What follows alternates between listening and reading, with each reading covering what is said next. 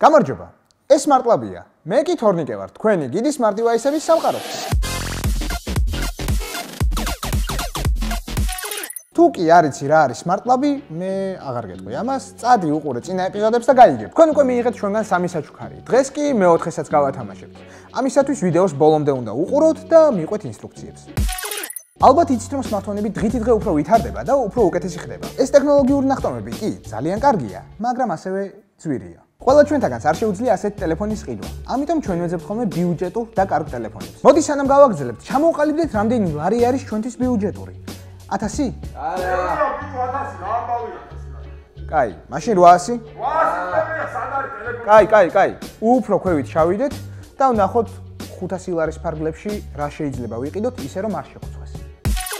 500 ლარი, 1000-ის ნახევარი, 200 დოლარი, 145 ფუნტი, 0.5 ბიტკოინი, 621145.05 ვენესუელური ბოლივარი. დღეს ჩვენ გვექნება არა 1, არა 2, არამედ 3 ბიუჯეტური ტელეფონის განხილვა. ჩვენი პირველი ტელეფონი იქნება Nokia 3.1 Plus. დამტენი USB ყურსასმენელი. სტანდარტული შეფუთო. და მოდი ვნახოთ რა არის ეს ტელეფონი. ერთი შეხედვით ჯერჯერობით რა არის. Android One-ზე არის, 6 ინჩიანი დისპლეით, 2 კამერით, წინ, აი აქ, fingerprint სკანერით, მეტალის корпуსი, უბრალოდ მხოლოდ წინა მხარე არის შუშა. დიზაინით, სხვათა შორის კარგად, ხელში კარგად იგრძნობა, ისეთია რომ არ გაგისრიალდება ხელიდან. 500 ლარისთვის კარგად გამოიყურება. სანამ ტელეფონი ირთვება, მანამდე მის დიზაინს ჩაირთო. და როგორც ხედავთ, ჩვეულებრივი Android სისტემა აყენია ამ ტელეფონზე არავით არის სკინი. დისპლეი საკმაოდ კარგი აქვს ბიუჯეტური ტელეფონის ყვალობაზე. მართალია 6 ინჩი არის, როგორც ხედავ, არც თუ ისე კაშკაშა არის. ეპატიება, იმიტომ რომ მხოლოდ 500 ლარი ღირს. 500 ლარად წავა.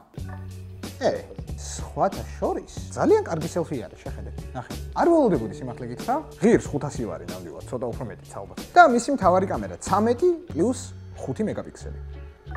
კარგ განათებაში კარგი ფოტო გადაიღო, მაგრამ სხვა ამბავი იქნება ალბათ უფრო ცუდ განათების დროს. ეს ტელეფონი აღჭურვილია Helio P22 ჩიპსეტით, 3 გიგაბაიტი ოპერატიული მეხსიერებით, 32 გიგაბაიტი შიდა მეხსიერებით. ამ ტელეფონს აქვს 3500 mAh ბატარეა, რაც როგორც იცით, ერთი დღე მაინც გვეყოფა. ჩვენი შემდეგი ტელეფონი 500 ლარის ფარგლებში იქნება Vivo Y85. ამოვიღოთ ყუთიდან. 500 ლარიანი ტელეფონში დამცავი კარგი არის. Mini USB, ყურსასმენები კვლავ და რა თქმა უნდა, დამტენი. ბევრად უფრო მსუბუქი არის ვიდრე Nokia-s ტელეფონი. მინიმალისტურად 2 კამერით და თითის ანაბეჭდის სენსორი. Vivo, კამერა და მუსიკა. ჩაირთო ტელეფონი და რასაც ხედავ, ეკრანზე ჯერჯერობით მომწონს. ფერები კარგი აქვს. ამ ტელეფონს Nokia-სგან განსხვავებით უფრო უკეთესი ფერები და გარჩევადობა აქვს და ეკრანიც უფრო კაფიო არის. ისევე როგორც Nokia 3.1, ამ ტელეფონსაც HD+ გაფართოება აქვს. ახლა დროა შევამოწმოთ selfie კამერა. ხო, Nokia-სგან განსხვავებით, წინა კამერა ამის არ მომწონს. დეტალიზაცია აგრია. ფერები წინა კამერის ამას უფრო უკეთესი აქვს. ნახე?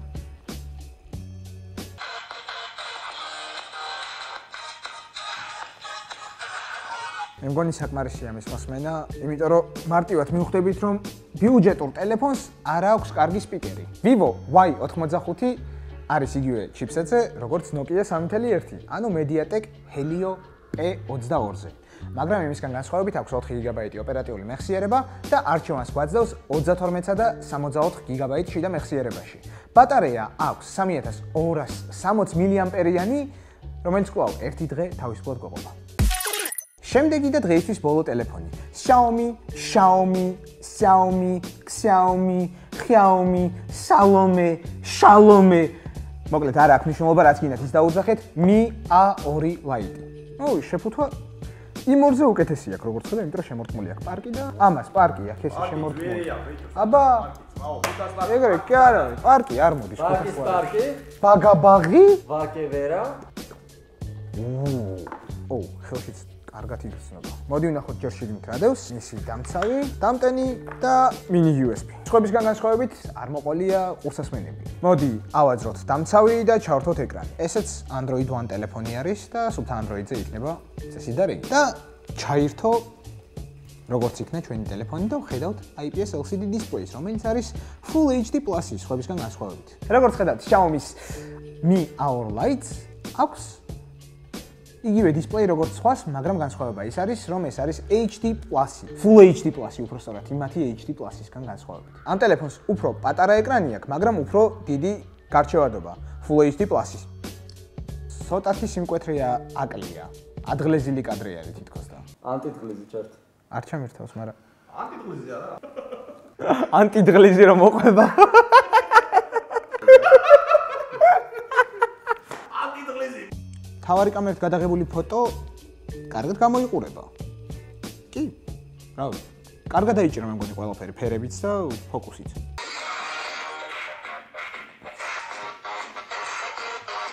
ნუ დინამიკი არც ამ ტელეფონს აქვს რაიმე აღმაშფოთებელი, მაგრამ უფრო ხმამაღალი იყო, ვიდრე წინა ორი.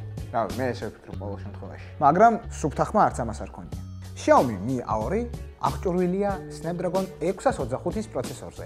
მართალია, ცოტა მოძველებული არის, მაგრამ ამ ტელეფონს სრულიად ყოფნის. ასევე აქვს რამოდენიმე სხვადასხვა ვერსია. ეს არის 3 გიგაბაიტიანი ოპერატიული მეხსიერებით და 32 გიგაბაიტი შიდა მეხსიერებით და ასევე 4 გიგაბაიტიანი ოპერატიული მეხსიერებით, 32 ან 64 გიგაბაიტი შიდა მეხსიერებით. ბატარეას რაც შეეხება, აქვს 4000 მილიამპერიანი ბატარეა, რაც 2 დღე უნდა იყოს წესით ამის მომხმარებელს.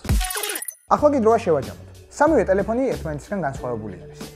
Nokia უფრო ყარადაწყობილი ტელეფონი არის, Vivo-ს უკეთესი კამერა აქვს, ხოლო საერთო ჯამში პერფორმანსით Mi A2 Lite უკეთესი არის. Nokia-სა და Vivo-ს ერთნაირი დისპლეები აქვს, განსხვავება მხოლოდ და მხოლოდ ზომაში არის. ორივე არის HD Plus-ი და IPS LCD. Xiaomi-ს მართალია უფრო პატარა დისპლეი აქვს, მაგრამ Full HD Plus გამოსახულებას გვაძლევს, რაც უფრო უკეთესად აისახება მის გამოსახულებაზე, რა თქმა უნდა. დიზაინის მხრივ, სიმართლე გითხრათ, Nokia-ს დიზაინი უფრო მომწონს ვიდრე Xiaomi-ს და Vivo-ს. მე რომ 500 ლარი მქონდეს ტელეფონის საყიდლად, დაუფიქრებლად ვიყიდდი A2 Lite-ს.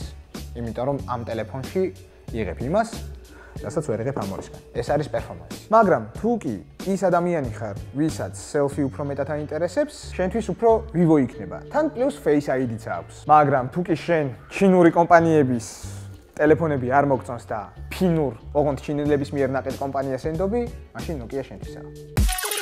ახლა კი ყოველკვირეული გათამაშების დროა. თუ კი შენ 500 ლარადაც ვერ ყიდულობ ტელეფონს, ჩვენ შენთვის საჩუქარი გვაქვს. ეს არის ძველი აგური Nokia-ის რეინკარნაცია და მეც კი ნახავით. თუ გინდა რომ ეს უახლესი ტელეფონი შენი იყოს, მაშინ გაწევრიანდი ჯგუფში და მიყევი ინსტრუქციას. ეს სმარტლაბია, მე თორნიკე ვარ. შემდეგ კვირამდე.